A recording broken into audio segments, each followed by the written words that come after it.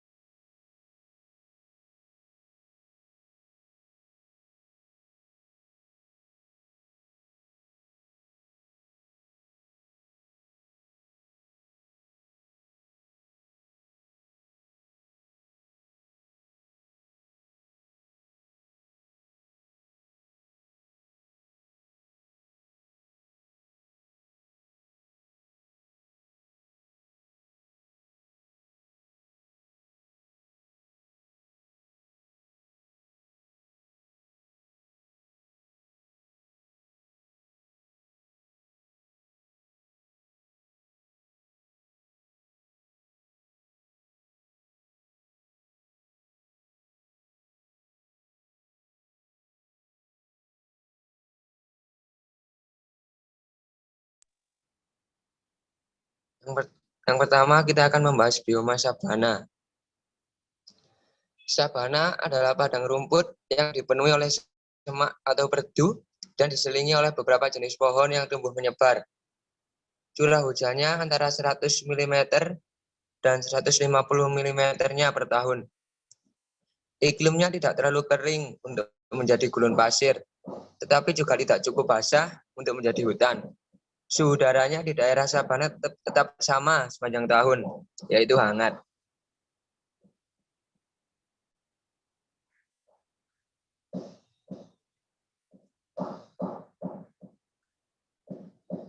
Lokasi penyebaran bioma sabana di benua Afrika yaitu di Afrika Timur, tepatnya di Tanzania.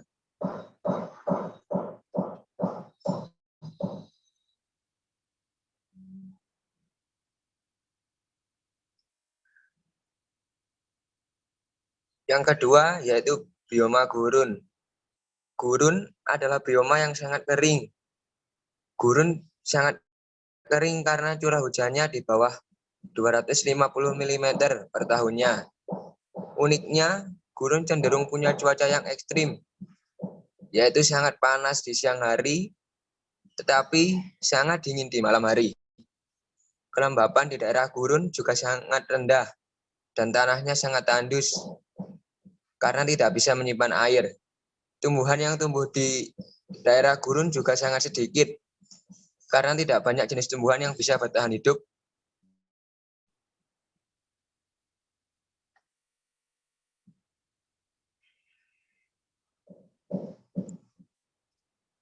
Lokasi penyebaran bioma gurun di benua Afrika, yaitu di Gurun Sahara terletak di Afrika bagian utara, yang membentang dari Senegal di barat hingga Kenya di bagian timur.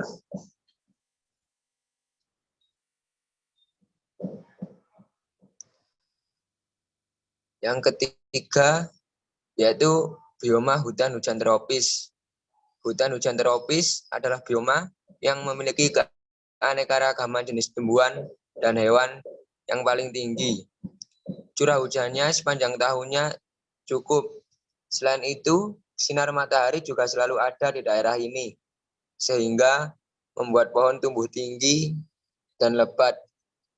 Ketinggian pohon di hujan tropis ini bisa mencapai 50 meter.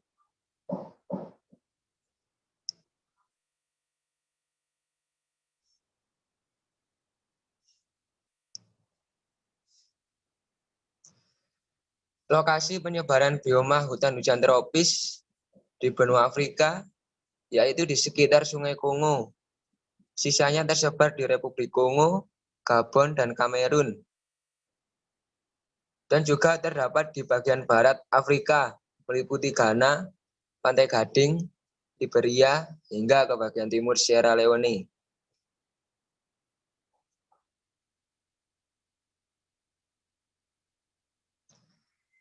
Topik yang kedua yang kita bahas yaitu ciri khusus pada ekosistem di benua Afrika.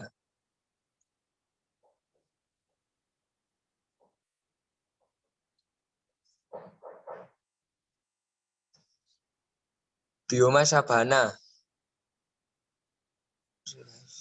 Daerah wilayah bioma sabana ini memiliki suhu yang cukup panas sepanjang tahunnya, memiliki curah hujan sekitar 90-150 mm per tahunnya. Hujan terjadi secara musiman dan menjadi faktor penting bagi terbentuknya sabana. Lapisan tanahnya merupakan daerah resapan air dan sistem pengairan yang baik. Berpotensi berubah menjadi hutan basah atau semak belukar.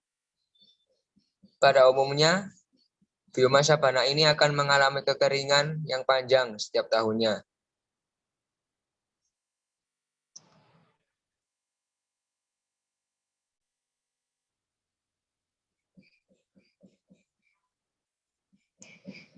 Yang kedua yaitu bioma gurun. Curah hujannya sangat rendah, yaitu kurang dari 250 mm per tahunnya. Keadaan tanahnya juga sangat tandus dan tidak dapat menyimpan air. Intensitas panas mataharinya yang tinggi, kecepatan penguapan atau evaporasinya juga sangat tinggi. Kelembapan udaranya sangat rendah, suhu lingkungan yang ekstrim. Suhu siang hari dapat mencapai 60 derajat Celcius dan pada malam harinya mencapai 0 derajat Celcius.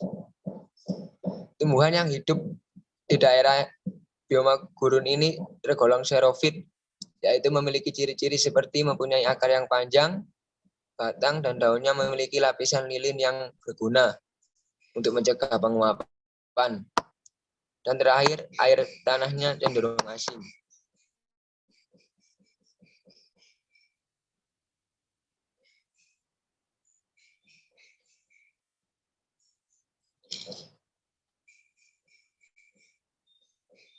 Bioma hutan tropis. Curah hujan yang tinggi sepanjang tahunnya antara 200 sampai 225 mm per tahun. Mataharinya bersinar sepanjang tahunnya. Suhu udara di hutan ini berkisar antara 20 sampai 34 derajat Celcius. Mempunyai pohon tinggi, rapat, serta berdaun lebat. Memiliki beragam jenis tumbuhan, tapi tidak ada yang dominan. Memiliki iklim atau cuaca yang lembab.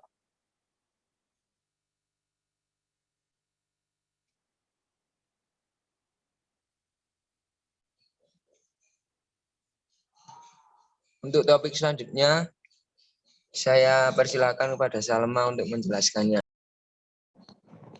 Ya, terima kasih. Untuk fauna dan flora, di sini dapat kita lihat sebagai berikut.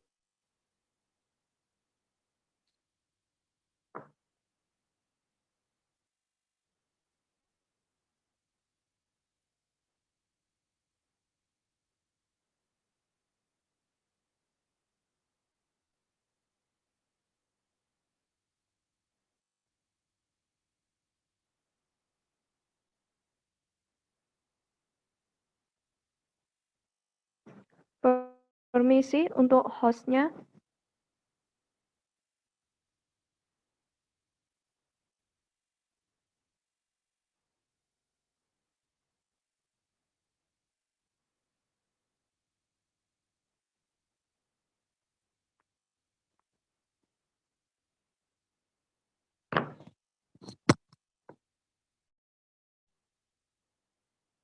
Bentar.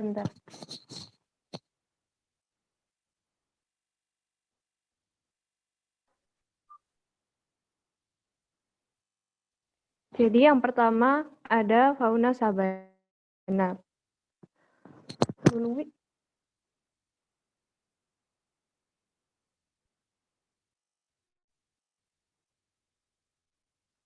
Fauna sabana sebagian besar adalah mamalia yang memiliki kaki panjang yang kuat. Di sabana banyak predator berlimpah. Padang rumput memungkinkan ini untuk memiliki visi yang kuat. Akibatnya, ada puma, citah, singa, kuda nil, rusa, dan buaya.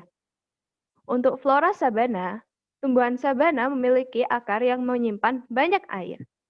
Selain itu, flora bioma sabana bisa sangat dalam untuk menangkap unsur hara dari tanah dengan kedalaman tertentu. Pada kesempatan lain, bijinya sangat tahan terhadap suhu dingin dan kekurangan air selama musim kemarau. Contohnya, rumput, semak, pohon cendana, dan tumbuhan liana, atau tumbuhan yang menjalar, dan sebagainya.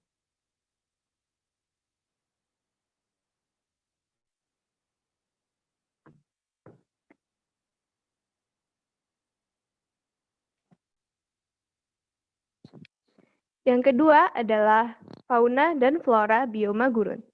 Fauna gurun biasanya hewan besar yang mampu menyimpan air seperti unta. Sedangkan hewan kecil hanya aktif pada pagi dan malam hari dan di mana pada siang harinya dia bersembunyi di lubang-lubang seperti ular, tikus, kadal, dan serangga. Untuk flora di gurun, rata-rata tumbuhan yang dapat beradaptasi dengan lingkungan yang kering atau xerofit seperti kaktus, pohon kurma, dan zaitun.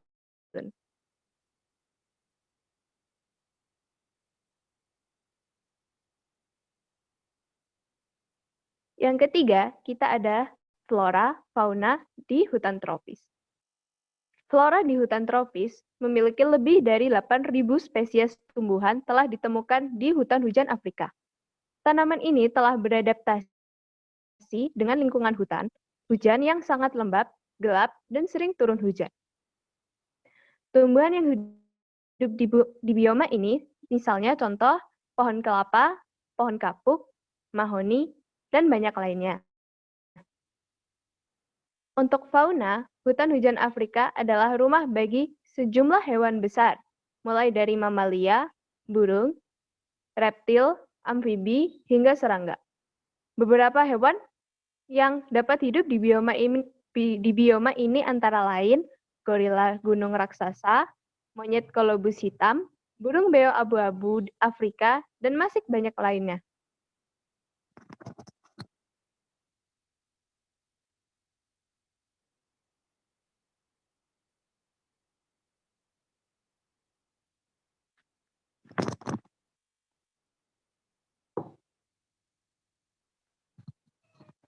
Bahasan selanjutnya yaitu interaksi antara itu.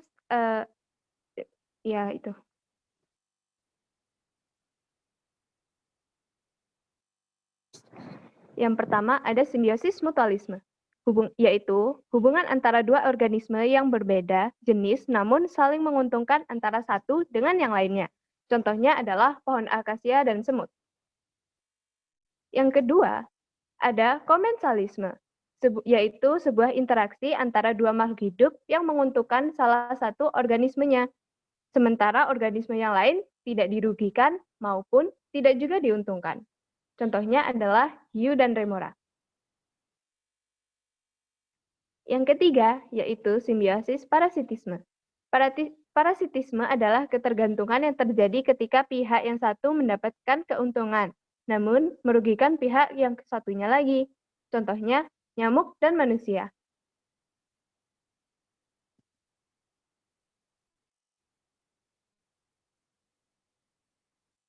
Lalu kita memiliki hubungan interaksi yang disebut predasi. Predasi adalah interaksi antara mangsa dan pemangsa dalam sebuah ekosistem.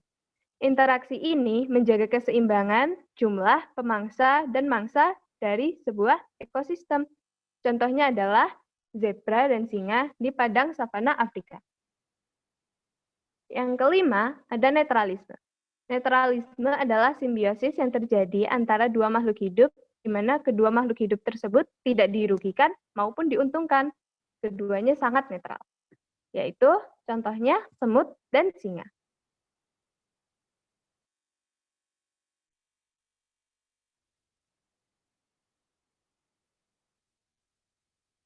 Dan yang terakhir adalah kompetisi.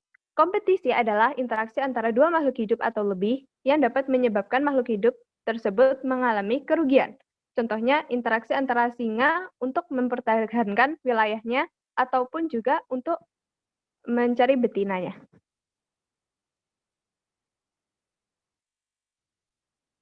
Topik selanjutnya yang akan dibahas adalah daur biokimia, biogeokimia.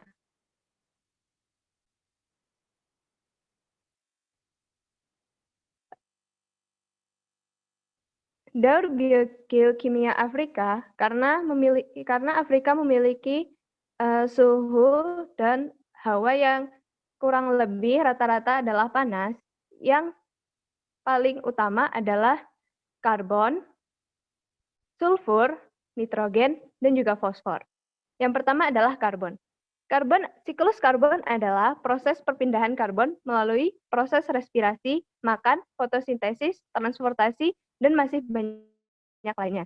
Siklus karbon ini biasanya banyak ditemukan di Afrika Selatan.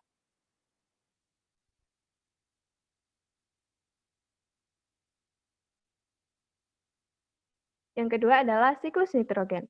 Siklus nitrogen adalah suatu proses konversi senyawa yang mengandung unsur nitrogen menjadi berbagai macam bentuk kimiawi yang lain, meliputi proses fiksasi, amonifikasi, nitrifikasi, dan denitrifikasi.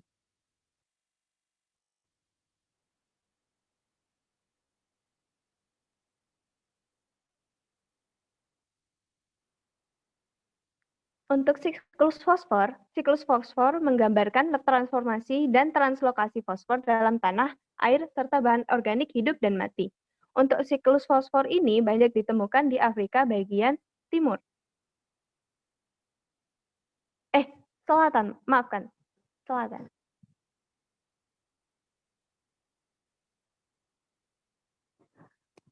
Untuk siklus sulfur. Siklus sulfur adalah perubahan sulfur dari hidrogen sulfida menjadi sulfur dioksida, lalu menjadi sulfat, dan kembali menjadi hidrogen sulfida lagi. Untuk siklus sulfur sering ditemukan di Afrika Timur.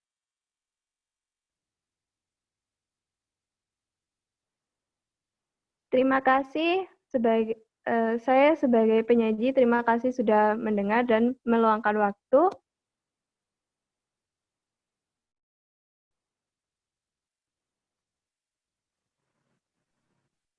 Baik, terima kasih untuk tim penyaji atas presentasinya.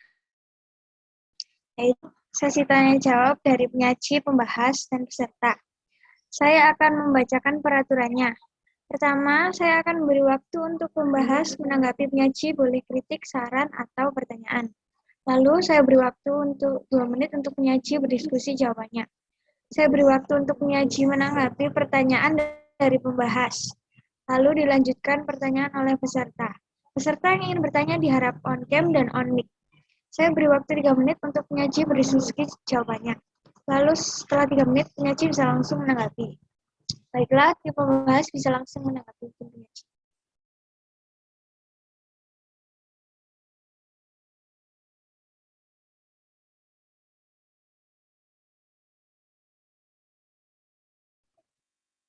Terima kasih moderator atas waktunya. Di sini saya sebagai pembahas 1 akan menyampaikan pertanyaan.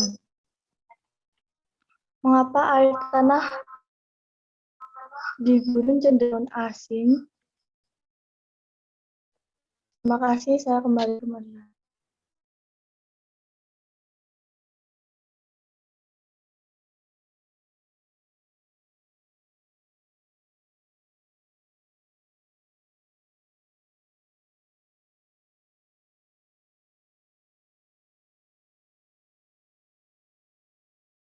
Baik, silahkan. Terima kasih atas pertanyaannya. Air tanah di gurun cenderung asin karena larutan garam dalam tanah tidak cenderung berpindah baik karena pencucian oleh air maupun drainase.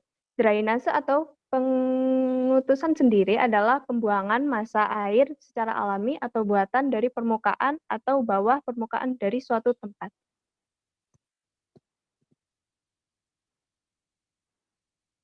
Apakah sudah menjawab pertanyaannya?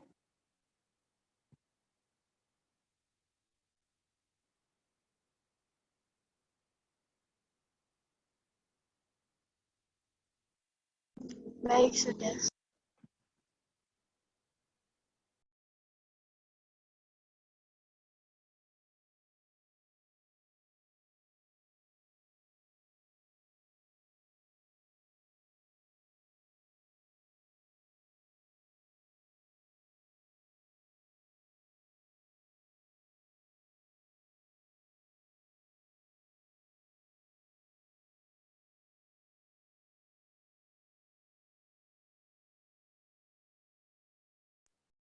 Selanjutnya untuk pembahas 2. Terima kasih moderator atas waktunya. Di sini saya sebagai pengajar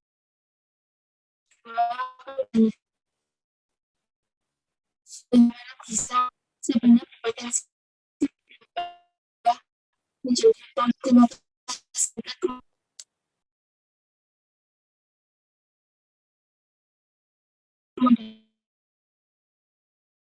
Baik, untuk penyaji silakan.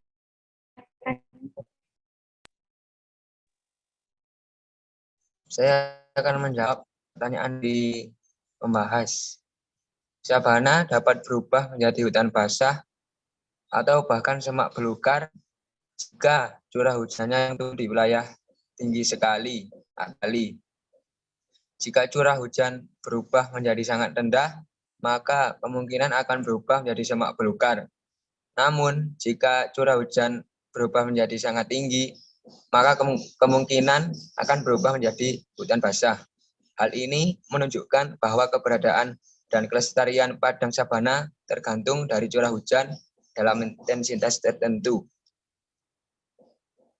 Apakah jawaban dari saya sudah bisa untuk dipahami? Baik, sudah.